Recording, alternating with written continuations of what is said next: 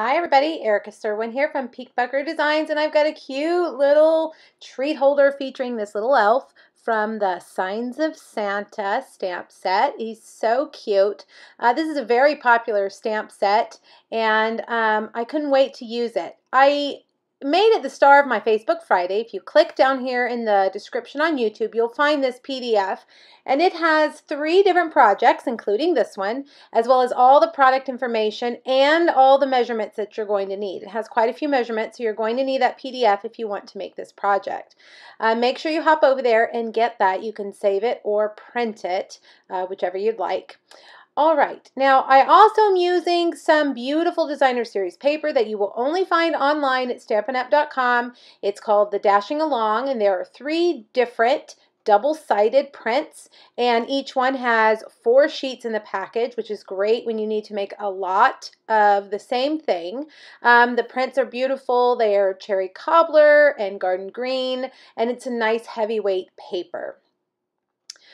All right, now to get started, we're going to need garden green cardstock that measures 9 3/4 by 4 1/4, and you're going to need your Simply Scored. And you're going to start on the short side and score at 1 1/8 and 3 1/8.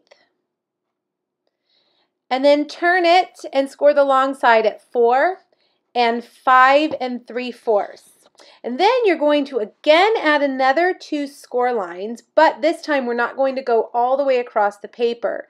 At 3 1/4, you're going to score and stop at that horizontal score line. And then you're going to come over to 6 1/2 and do the same thing, stopping at that horizontal score line. Turn it around and do the same thing on the other side at 3 1/4 and 6 1/2. There we go.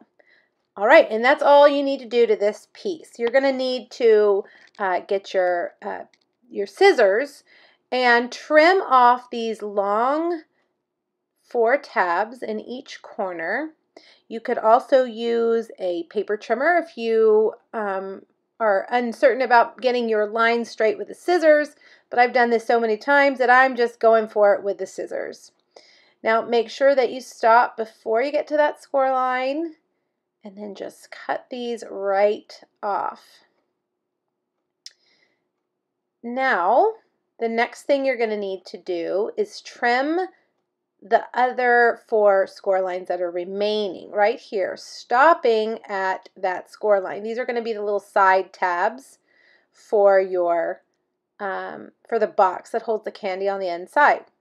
So trim those up, then fold them in, burnish everything nice. Grab your scallop tag topper punch and punch both long ends of your piece. This is a great punch. It makes great gift tags. But we're using it here to make the top of our box kind of cute and interesting. Now grab a piece of designer series paper that measures 1 7/8 by 3 7/8 and do the same thing. Use your scallop tag topper punch and punch the top of it. Now you could do this on both sides, but I just did it on the front. I would probably, if I was giving these out, probably would consider putting paper on both the front and the back, so then you would just need 2. All right, so we've matched it up, and now we're going to assemble this box. You want to put adhesive on these 4 squares. Use something strong like Fast Fuse or tear and tape. Fold them in just like this. And then we're going to fold up those sides there and match the edges and press in that adhesive.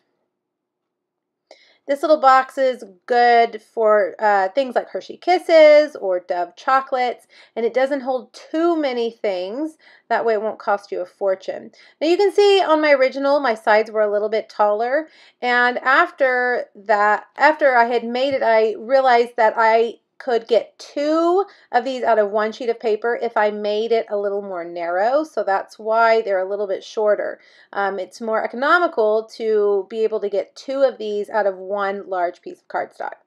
All right, so fill it up with your candy, and I just put 4 or 5 pieces in there, and we're going to pinch the top closed, and we're going to fold in a piece of about a 6-inch piece of double-stitched cherry cobbler ribbon.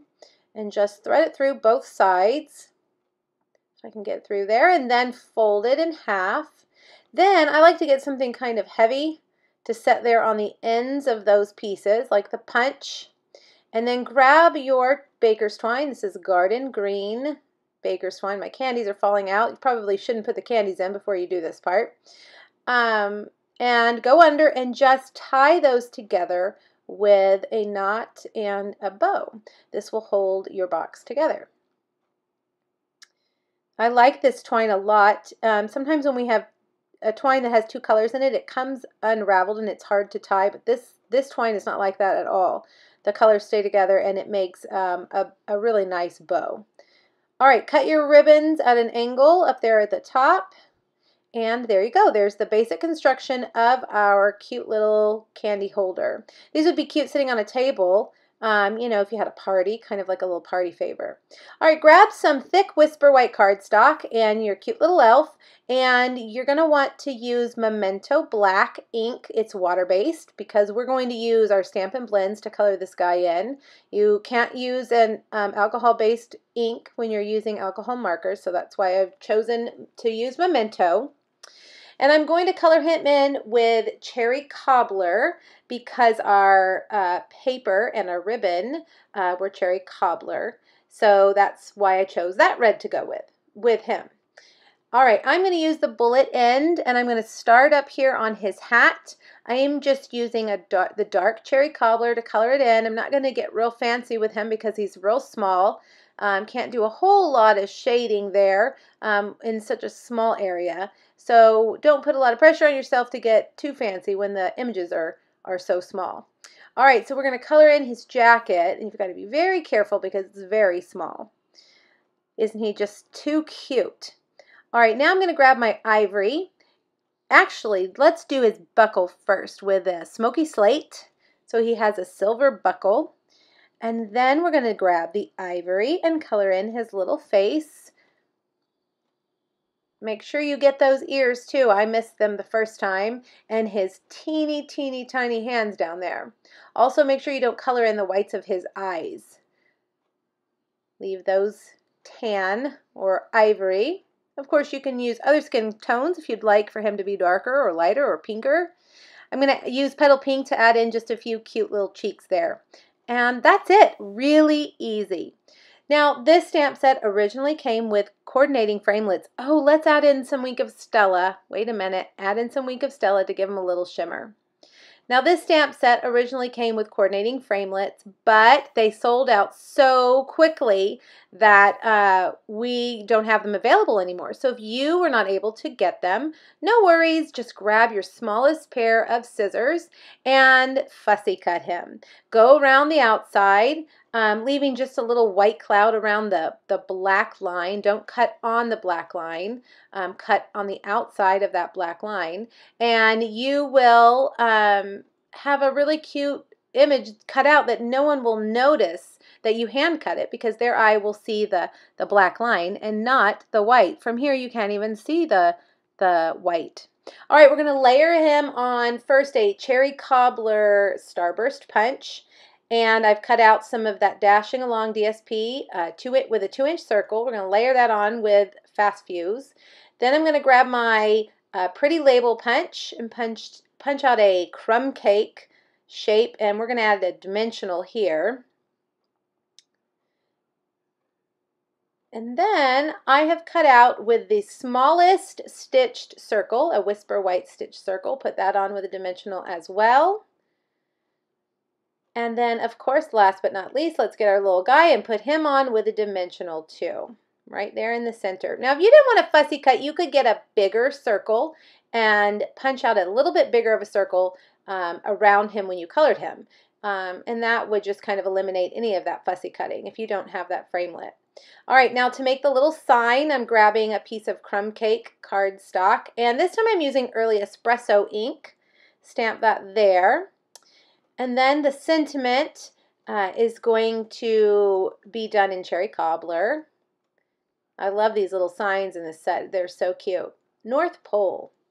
Now, I was looking for a toothpick to put it on, but you'll see I've used something different. But first we need to add a little bit of snow here. This is the white chalk marker. Mine is almost dry and it's not adding too much chalk or too much white, but it will add just enough color there to make that look like snow.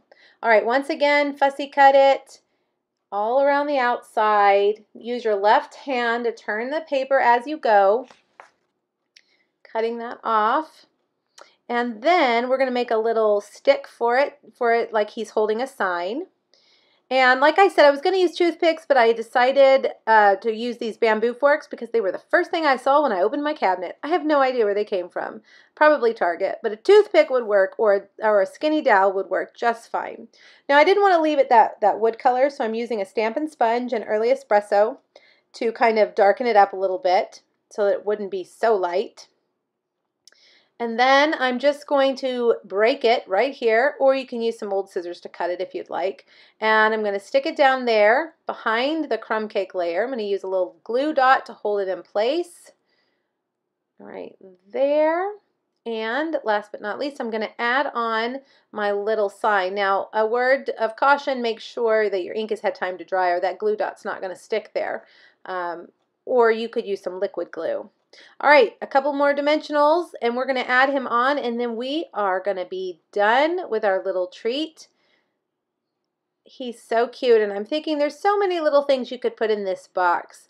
I love to go down the Christmas candy aisle at the store and figure out what would go well. He's headed to the North Pole. I love it.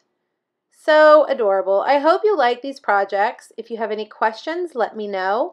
Make sure that you click on that link down in the description to get those, to get the PDF with the measurements and the product information. Thanks, everybody.